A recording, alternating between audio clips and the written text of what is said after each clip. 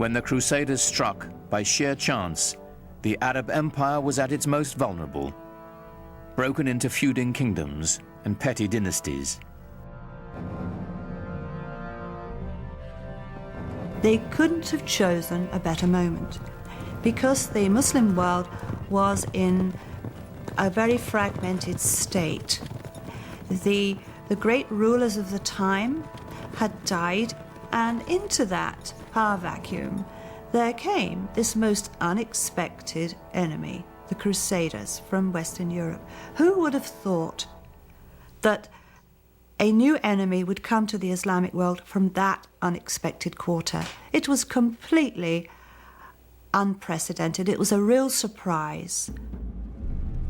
The Muslims didn't really know who they were. They thought they were just another lot of Byzantines who were coming, as usual, to be a nuisance and fight on the borders. They had no idea that there was this extraordinary surge of religious fervour and fanaticism coming from Western Europe, and that the aim of this group was Jerusalem.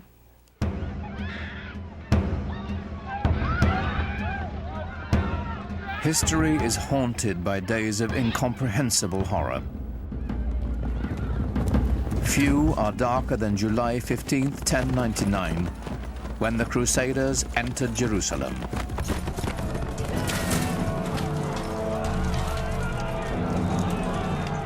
The massacre must have been terrible. The fear, the fleeing of the population. It must have been horrendous.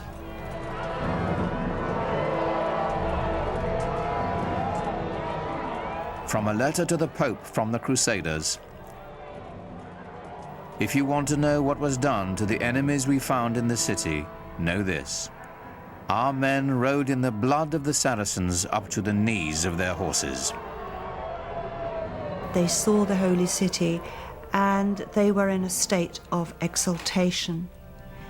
And perhaps that's why, when they flooded through the gates of the city, that they were fired up with fanaticism and zeal, and that's why there was this terrible massacre in the name of Christendom. It was a blot on the name of Christendom in the Muslim view, and justifiably so. Even Christians weren't spared. At the Church of the Holy Sepulchre, dozens of worshippers from Eastern sects were massacred. To the Crusaders, they were nothing more than foreigners. The Christian chronicles record the carnage. The Saracens, who were still alive, dragged the dead ones out and made huge piles of them.